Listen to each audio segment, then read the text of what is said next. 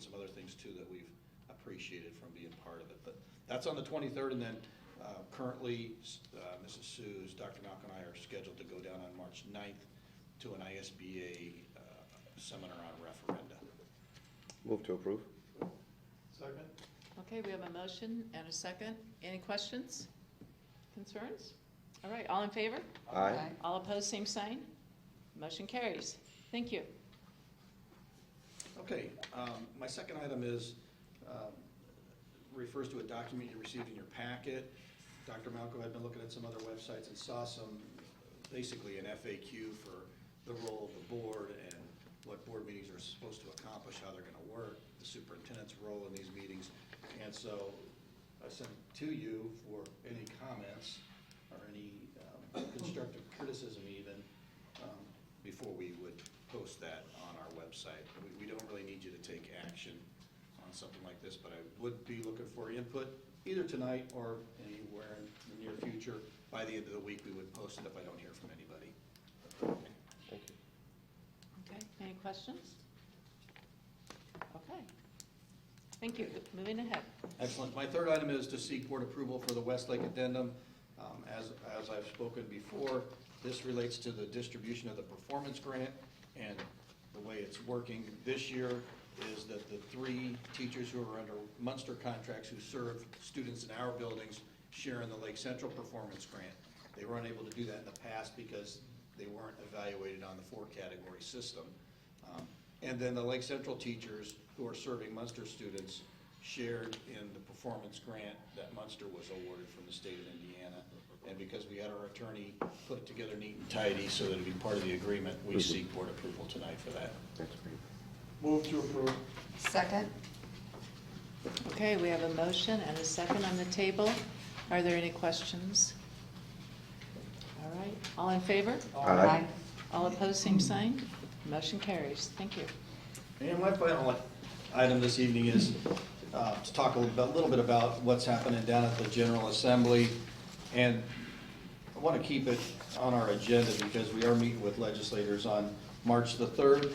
And as I've said many times, the more that our board actually talks to these folks as citizens, I think it can have a greater impact than just the superintendent saying everything or the assistant superintendent making all the statements. And so I do want to review first the side that talks about some of the legislation, and then some other thoughts that I have that we need to start sharing with people. First, on the House Bill 1079, that's the criminal background check for everybody every 5 years. We were fortunate to see Superintendent McCormick in East Chicago last week, and so in addition to the IAPSS and the school principal, executive directors, I did talk to her on the way out of the meeting and said this thing could be neat and tidy if you would just make it part of the license renewal process. And she said she hadn't thought of that, and thank you, and she would see if that could happen. But it would be nice for them again to take one thing off our plate. So we've got 3 different prongs out there. Hopefully someone's going to address that for us. The next bill I want to talk briefly about is House Bill 1099. This one scares us a little bit. This is the one where the former superintendent wants to combine capital projects, bus replacement, and transportation operating into one fund. And there are some things that they amended in the last week to make sure that we can still use some of that CPF money towards that, our utility bill, which you know we use $1 million every year. You can still use capital projects money for property insurance.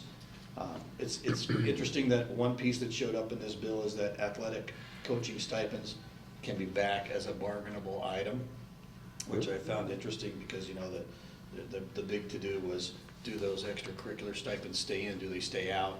We had it out, we put them back in, and to me, it's fine that it's in. But the increased flexibility could help us, but it's a very lengthy bill, and Rob's studying it for us, and he may want to weigh in here in a second.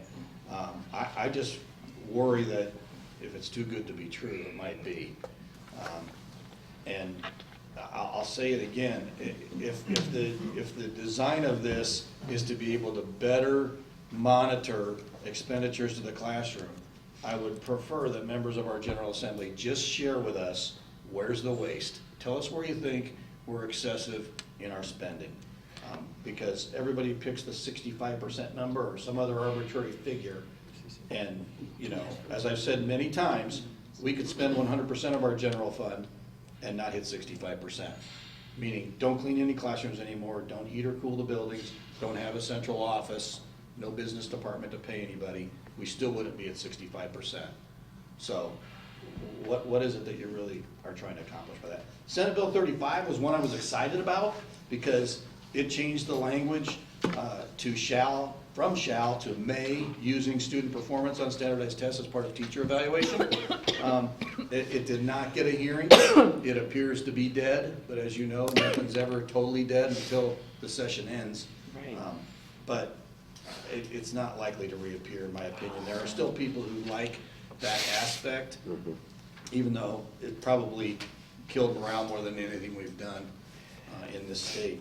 Senate Bill 88, instructional school year may not begin prior to the fourth Monday in August. I don't think that's going to have legs, but it certainly could be a factor for many districts up here in the region because we all start before then. House Bill 1004, this is a tricky one. Dr. Malco sent out some information on this recently as well, doubling the preschool, but also using preschool as a gateway into the voucher system. The Senate version, Senate Bill 276, expands pre-K without the voucher language or the choice scholarship language, as the Republicans prefer to call it. And so we'll watch that closely too. Most people are fine with expanding pre-K, but the way they tie things together sometimes gets complicated and not always in our best interest. And still, I just want to remind everybody that there's still no legislation out there to do anything about this dual credit crisis that's coming our way in 5 years. And if we don't do anything to incentivize our staff to not only do the extra coursework, but they're also going to get rewarded, you know, down the road, similar to when people used to earn a master's degree, it's going to be rather difficult to get people to do that work. So those are things that we can bring up with our legislators when we see them on March 3rd. If you flip the page, then there's some other stuff that caught my eye from our own Senator Mervan's Senate update, that he's authoring legislation requiring us to do more mental health education in our schools. And he's a big supporter of public ed, and you know, we need to reach out to him. Maybe he only has a small portion of our district, but we may need to include him because we've really got to start talking to these legislators who are friendly to us to remind them that if a district has not gone back to their taxpayer for extra support through a general fund referenda, it's difficult for us to keep adding stuff when nothing ever goes away. And I think that it's something that we need to remind them of, that if they want to add a requirement, they need to attach some cash to it. Or take something away, or both. And my other comment for our legislators will be for sure that, you know, it appears our state is sold on public charters and using vouchers for private school. And if that's the road we're going to continue on, let's have all schools play by the same rules. Let's have the same reporting requirements and everything that we do, so people can truly compare the systems. If they want to have this truly competitive system that it's going to be better for everybody, then let's allow the public to compare based on the same metrics. And then something else that I'd like to share is, you know, it would be nice to get them to stop with all the education language and all the new requirements for us until we fix the testing problem. They need to focus on that. We had a committee formed out of last year's legislative session, and they made no progress. And to me, that's sad because they know it's the elephant in the room in terms of what's the biggest problem we face in Indiana is using these tests that we don't trust to evaluate people. And so I just want to get these ideas out there. I'll continue to drip some stuff through these meetings, through this venue. Hopefully we can convince our legislators that some of this stuff is hurting us, and hopefully they can, since they were elected by our community, hopefully they can represent our interests. Any questions or comments about any of that? I do. Mr. Mervin, which part does he represent? He is a piece of Dyer, I believe. Okay, good, because I missed inviting him, so that's my year. You want me to make the contact with them? Sure. Do you mind? I can invite them. Do you want them for the February? The March meeting? 3rd? Oh, the March 3rd meeting? That'd be great. Okay. I'll make the Great. contact.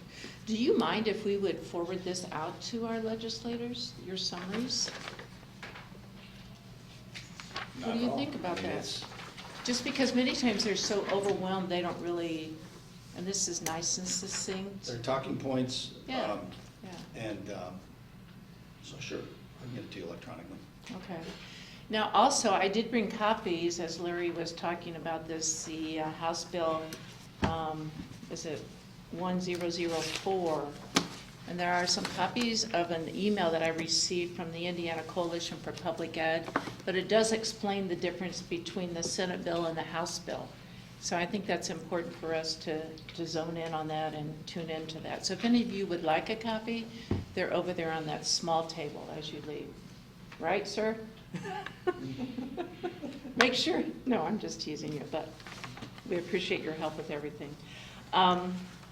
Do we have any other questions for Dr. Bracco regarding legislation? You know, with the mental health requirement, of course, we know that there are so many needs with our students today, and not just our young students, but our adults too in the world. We had talked about a special grant, a clump of money that House Slager had mentioned to me about mental health. Did you have time to check into that? He wasn't specific on that. No. I think that was still a discussion point down there. I'm Okay. not necessarily sure where it landed. Okay, let me see if I can reach out to him about that. All right. Also, another item that I'm wondering about before we meet with the legislators, can we get up to date on ESSA, ESSA, and how that's trickled down into the state levels? Because I know there's been changes, and I want us to be well-informed when we meet with them. Jennifer McCormick last week was rather vague on that topic. They're still working through Okay. what it means, and because that question was asked of her. So when we get more, we'll share it. Okay, all right. And I think as they develop rules in Indiana, I think more will come out. But it seems like they're a little bit busy down there right now. So Yeah, I think they're trying to wrap their head around just right. the entire federal. You get the feeling that the feds are giving us a lot more flexibility. Right. But the General Assembly doesn't necessarily want to utilize the opportunity to be more flexible.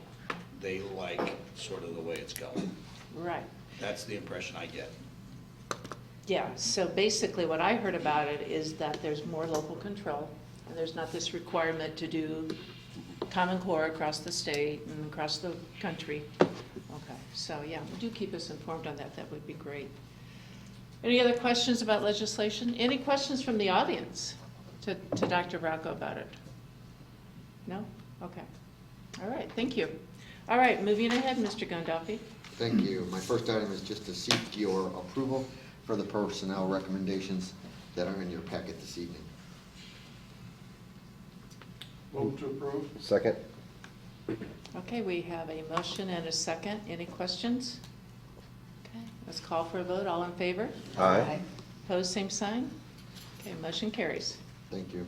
Sure. My second item is just for information, and it's to remind you again that we are getting much closer to our second phase in our drug and alcohol awareness program. It is called the Wake Up Call.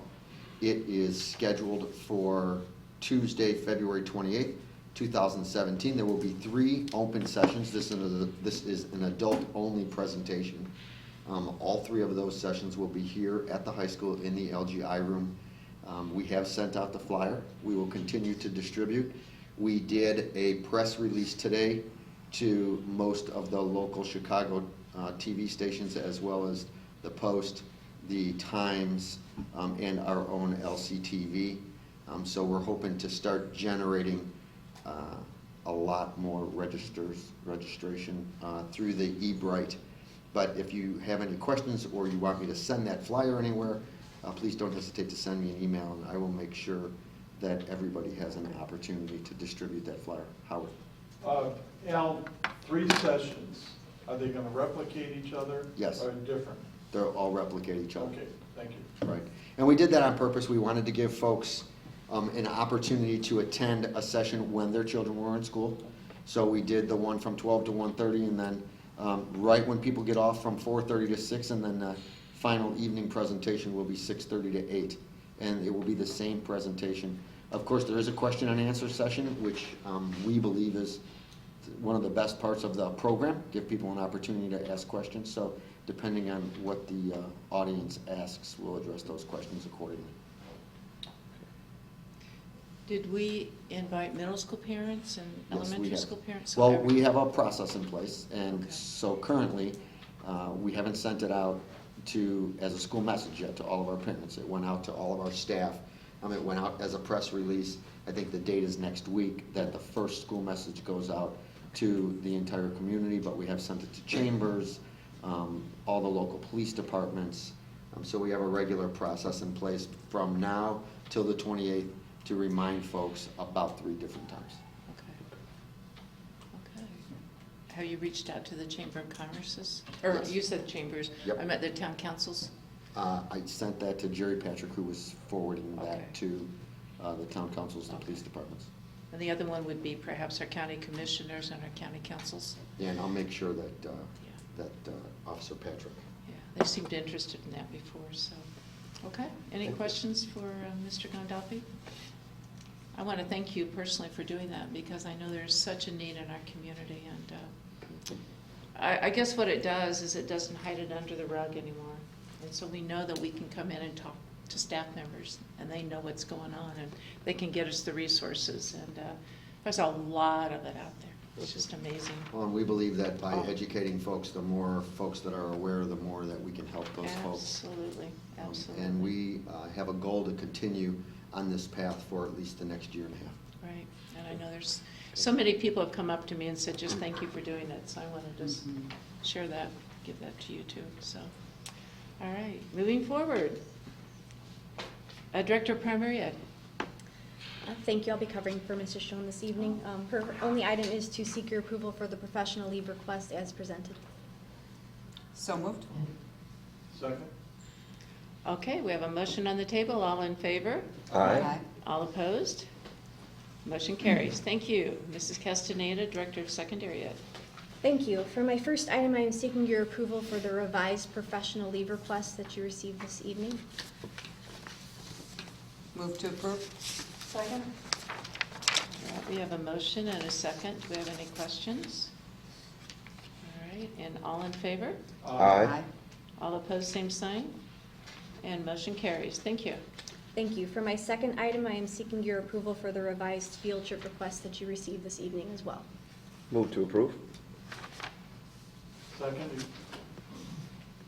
Okay, we have a motion and a second for the field trip request. Any questions? All right, all in favor? Aye. All opposed, same sign. All right, motion carries. Thank you. Thank you. For my next item, it's just a bit of information. A couple of months ago, I spoke with you about the Lilly Comprehensive Counseling Initiative, which was a grant process that the Lilly Endowment put forth in the state of Indiana. It was meant to help us improve our school counseling programs. Very happy to let you know that Lake Central was one of 15 Northwest Indiana schools to receive the grant. So based on the size of our district, we received $50,000. That's considered the planning grant. So basically, at this time, what we'll be doing is working with the Indiana Youth Institute as our consultant to help us collect data, analyze the data, recognize what we're doing well and what we can improve upon, and then putting forth an implementation grant proposal to Lilly for the remaining grant, which can be up to $100 per student, though based on the amount of money that's already come out of the $22 million pie grant, it probably won't be quite so much. So that was just a little bit of an update on that. Any questions? So is that, you said that's for the planning, so that will give us data to be able to see what we need then? Correct. Is that what that's doing? We're basically going to start with a needs assessment with just a select small group of stakeholders, primarily our counselors. And then from there, we'll be doing some surveying to gather broader data across the middle schools and the high school to identify what areas we need to improve upon. Excellent. So we're very excited about that. Any other questions? Congratulations. Thank you. Congrats. And this dovetails with the Gold Star and all that kind of partners together, doesn't it? They follow the ASCA model, so there's a lot of emphasis on research-based best practices when you're putting together this proposal. Yeah, yeah. Don't forget when you're going through this to share what you do for so many special needs kids. especially at Campagna. Because I don't think we elevate that to the level that we need to, because that is such a rare program, and you do a great job with it. I know sometimes it's frustrating, but the paperwork, the in and out, but it's definitely something to celebrate, so Thank you. congratulations. All right. For the next item, I just wanted to update you on our fifth grade math pilot. If you remember back in the spring when we brought you our math textbook selections, we had said that the top two choices at the fifth grade level was investigations, which is what K-4 has gone with for their math program, and then Ready Math. The issue with the investigations was the publisher Pearson had done them in chronological order, and the fifth grade wasn't quite complete. And when we've adopted in that way before, sometimes stuff has not been ready at the start of the school year, which puts our teachers and our students in a predicament. So we adopted the Ready Math just for the 1 year this year. And now that the fifth grade is complete for investigations, we have 9 teachers, 3 at each middle school, that are piloting a unit from investigations. They were trained last month by the company, and then over the course of the month of February, they're going to be doing that unit. We did send home communication to the parents to let them know, because they'll be seeing a new workbook come home with the students, that they're learning the same content, they're learning the same skills. We're just trying to look at what's the best resource for teaching our students moving forward before we make that long-term commitment. So once they have a chance to do that unit, and the publisher also has been gracious enough to say if they want to do a subsequent unit to really take a little bit of a deeper dive in, then we'll make our final decision. Great idea. Questions? Is there a big difference between the two? No, they're both an inquiry approach. I think that they kind of break down the lesson structure daily in different ways, trying to prompt that math discourse, and so the teachers are trying to see which way is going to get a better response from our students. Does one seem to match up with the elementary versus where they're going, better align, I guess, maybe? I mean, clearly, if they went with the investigations, one of the positives would be that those students would come in, having done it in kindergarten through 4th grade, already front-loaded with the routines and kind of understanding the way that that program works. However, in looking at the Ready Math, they don't feel that there's anything that would prevent them from transitioning well into 6th to 8th grade either. So, I think that they're pretty even on that level. Excellent, thank you. I had a question while we're talking about math. How are the math coaching positions working out? We have 2 outstanding math coaches. I feel at times they are stretched a little thin, and Of that course. worries me, but that goes back to finances and freeing up money to create possibly another valuable position there. But they're doing an outstanding job, and the nice thing with the math pilot is that because Trish Geis has experience with the investigations at the elementary, she's been supporting these 5th grade teachers that are piloting because she has that expertise. And Mrs. Gardner at the secondary level has just been outstanding. So teachers are very happy with the support. We just wish we could find a way to provide a bit more. Yeah. And sometimes that's what you have to do, is narrow that focus down to where the need is versus spreading it out so far. And yeah, so it's good that she's working with those 5th grade teachers, because I was just sitting here thinking about that. Many of those students maybe have not had the inquiry process. It's so different, they're in 5th grade and it's like all new, and it's like, so it's good that we put the coaches in there to not only coach the teachers, but also coach the students on some of the strategies. Thank you. Any other questions? I was just going to say, please extend our thank yous to both of those math coaches for doing such a fabulous job. I will do that, thank you. And then my last item is just for your information. Usually we bring these summer sports camps to you kind of in bulk, but this one is happening in February, and so we just wanted to bring it to your attention now. It's our LC Softball Skills Clinic. Any questions on that item? Is this new? Or is this something we've been doing for a little bit? I believe Coach Sherman has done it in previous years. I'm not sure how many previous years. Okay. the I top just, of my for head. some reason, it just doesn't sound familiar. I think it's phenomenal because that's when softball's going to be starting and, I think previously he's ran that program in the summer with a Okay. lot of the other sports camps that we run. But this year, and I believe it basically is what you're saying, Right, is is he softball. wants to front load the clinic with young children because softball is just getting ready to start. So Yes. he wants to give them an opportunity to come in, get a little bit of skills right before the season starts for all the town ball. So this is the first time that he'll do it in February. okay, that's what I and was I'm, thinking, yeah. Sorry. Yeah, no, I apologize. I didn't phrase my question properly, but Yeah. that's what I was asking. And I'm hoping that he gets a good turnout. Right. Well, that would make more sense also. They're playing softball in the summer. They're not necessarily going to come to a camp when they're already playing. Correct, and I think that that's his feeling, so. Great job. Good idea. Okay, thank you. Any other questions? All right, and Mrs. Gramala? My only item tonight is to seek your approval for the professional leave request as presented. Move to approve. Second? All right, we have a motion and a second. Any questions? All right, all in favor? Aye. All opposed, same sign. Motion carries. And Mr. Ledgerd? I have nothing tonight, Dr. Malcolm. Thank you, Mr. Ledgerd. And Mr. James? I just have one item, is to seek your approval for 2 donations. On the receipt side, Kayla Middle School Science Olympiad team received a donation of $250 from TAC Consulting Incorporated. And on the given side, the Lake Central High School senior class of 2017 recently took up a collection to help offset some cost of medical bills for a freshman student that is coping with a medical disorder. And the senior class would like to donate the $720 raised to that family. So seek your approval on each of those 2 donations. Move to approve. Second?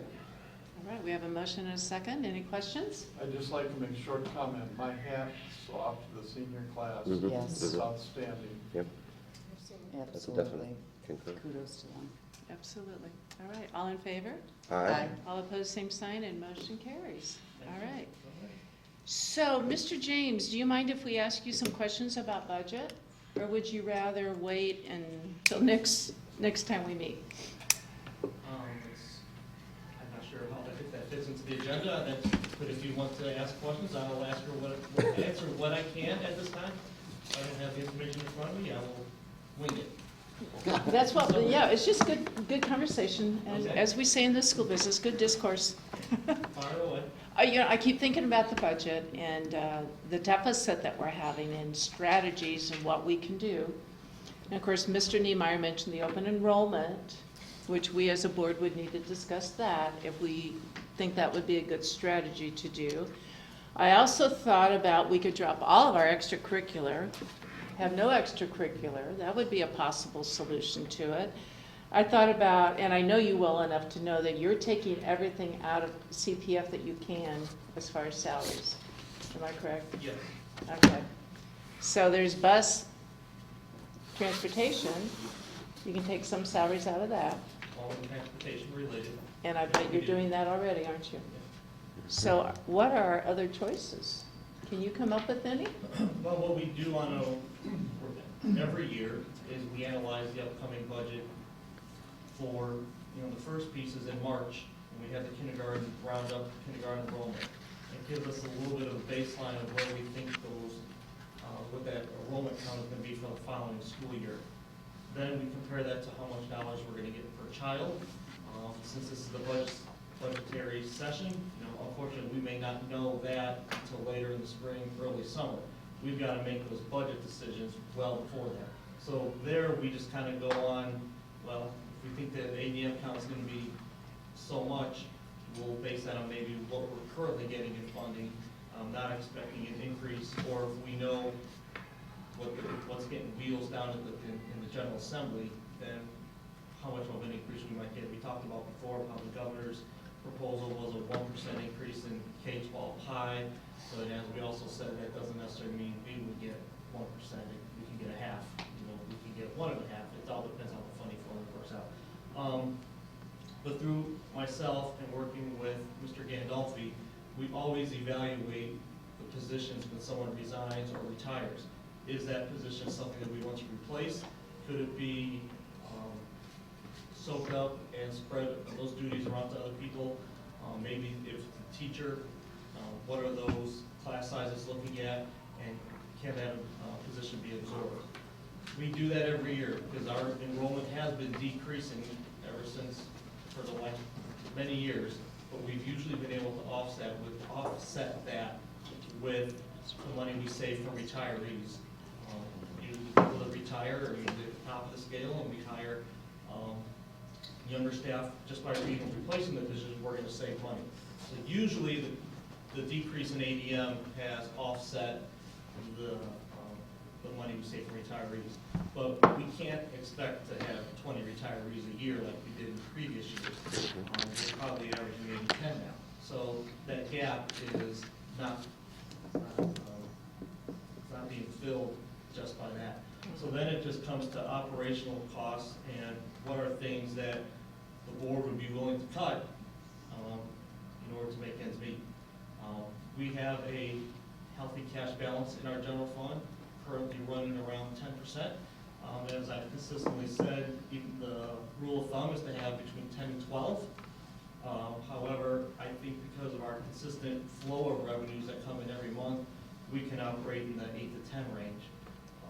But that's, again, that's still just our decision to carry a lesser balance than what the normal is. Currently, when we negotiated 2 years ago, we knew that this year we were going to run in the red and that we were going to tap that cash balance, but we felt, as Dr. Rocco said in the previous board meeting, we're getting that money to educate these kids now, and we don't need to build a large cash balance up. So for us to dig into our savings a little bit was okay, but as we know, you can't sustain that for many years. So it's just going to be more of a matter of what's the student count, what type of help are we getting from the General Assembly. I'm not putting much weight in that. So I think it's more so what can we look at here internally, see what can we do to cut expenditures. And no one likes cutting anything, and that's the unfortunate. That's the unfortunate piece. So sometimes hard decisions need to be made, and that's ultimately comes from the board. Okay? One of the things I was just thinking of, and I don't know if anyone has done any studies at schools with open enrollment. I know that they open their enrollment to gain money for attendance. But if these kids don't live within the district and they can't make it to school, does that balance out their open enrollment versus attendance? Does that make sense what I'm trying to say or ask here, I guess? Do we know anything about that? The attendance, I want to say the attendance doesn't matter. I'm going to say that, but once a student Okay. is enrolled and is attending, we don't get dollars for how many days they're here. Okay, Once that they're was my here- question. Once they're here, they're officially enrolled and they are attending. Okay. we- Even if they miss 50 days? Well, I can't speak to what the procedures are for any student that would miss a certain Well, I'm amount of sorry, days, I'm but they not would saying be, any, but you they would be know. treated the same as any other in-district student Gotcha. for being, I would say delinquent, but. Sure. No, Not being here. right, I So was just curious. Thank you. They'd be treated the same. Thank you. You bring up a good point though, Sandy, because it all impacts. You know, if an individual isn't here, they're not learning. If they're not learning, you have a potential growth rate or the student's not being successful. You know, on the other side of They're that, you repeating have. classes. and- Right, on the other side of that, you have compulsory school attendance. So, you know, we have student handbooks that address a lot of those issues. But, you know, it is working with families and making sure that families understand what's important to the corporation. And attendance happens to be one of those that's So we extremely can still important. hold that line. Perfect. Any other questions, comments, suggestions? Yeah, I mean, okay. So you anticipated running in the red this year because of the Yes. settlement? Yes. Okay. All right. So, besides the open enrollment, dropping extracurricular and tightening our belt, which I think you have done a good job of doing that already with our leadership team. What's left? I mean, the general fund operating balance. If that's the road that the board wants to go down, that's the board's decision. It's always up for your discussion amongst yourselves. Yeah, it's, as Larry often says, it's getting harder and harder when all of our neighbors and similar schools have, and we haven't. But I take pride in the sense that this team has been able to get by for many years without, instead of just running to the taxpayer saying we need more money. Exactly. We need more money. We're actually looking at the programs and seeing what we can do to make this place run the way that we do. It's kudos to you and your team for running it, being operationally efficient and running, you know, the school corporation in that manner over the last 5-6 years. Yeah, you can only be Thank you. magical for so long though, right? I Yeah. mean, the magic ends at some point. So I guess I'm putting it out there, we all need to start thinking about what Right. do we do and thinking about the future of our school corporation and our students. So, Thank you, Mr. James, for letting us put you on the spot like that. Do you have any questions, comments, Dr. Rocco? Not at this time. Okay, all right. Moving ahead then, public comments? None? Okay. Janice, can I make a comment Sure. though? I missed a piece of correspondence. Can I put that in here? Is that okay? Even though it's not. Everybody So okay with that? last Yeah. month, the Dyer Town Council participated in a public hearing at Protzman. And they just had, a lot of the residents were just really happy with all the artwork on the walls in the school. And part of the hearing was located in the art room. And they were just so happy with the school. And they were so excited that they wanted to let us know students, teachers, and staff should be commended on the work that is being done with our students. Thank you for providing an outstanding environment for our residents. Your efforts are appreciated. So I thought that that was great news, and we don't always get the good news to come back to us. We always hear when something's wrong, so I just wanted to share that at this time. Very good. All right, thank you. And moving forward then to board comments and consideration of future agenda items. Mr. Marshall? I thank you for picking me out first, but I have nothing this evening. All right, and Mrs. Suze?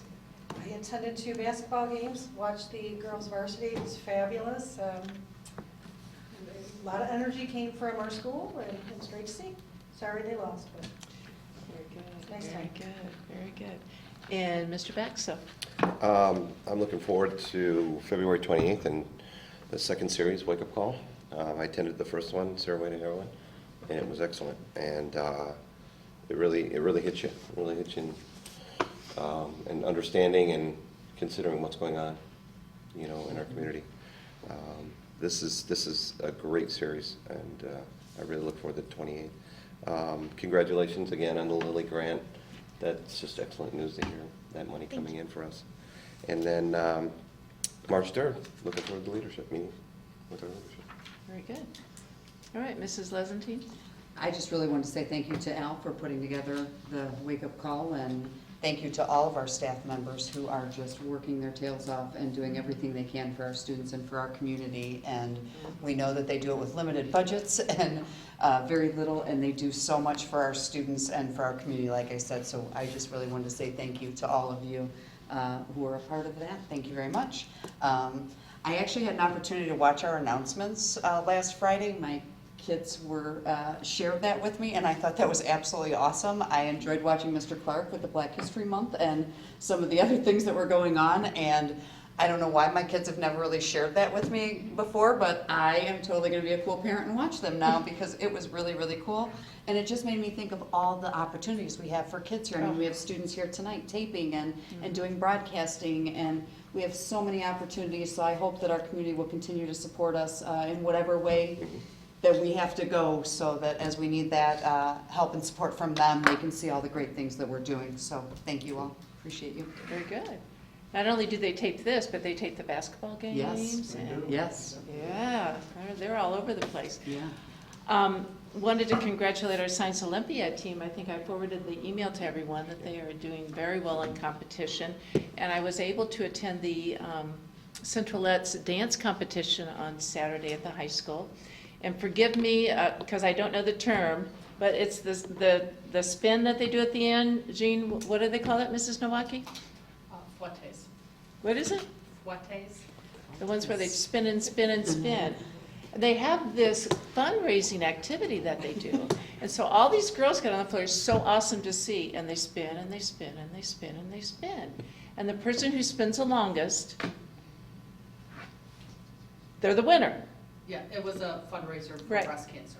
Oh, right. Oh, how awesome. So everybody, I think they pay like $5 to join the spin-a-thon. And all the money's donated to breast cancer. Yeah, to breast cancer. Wonderful. So not only are the seniors doing it, but it's just such a community-minded school that we have, and it's so awesome. Always doing fundraisers to help others out. That's pretty cool. So, any other questions or comments? Hearing none, I would entertain a motion to adjourn. Oh, Dr. Rocco, I am sorry. Do you have other future dates? Just to remind Mrs. Suze, Dr. Nacco, and Mrs. Lesentine that Thursday we are heading to LaPorte for ISBA board member training. And then we're back here on the 20th. Even though we don't have school for President's Day, we will have our regular meeting because central office is open. Gotcha. Okay. Okay. I'd like to make a motion to adjourn. Second? All right, we have a motion and a second. All in favor? Aye. Aye, and motion carries. Have a good evening. Thanks for coming out. And don't forget to pick up the information about House Bill 10004.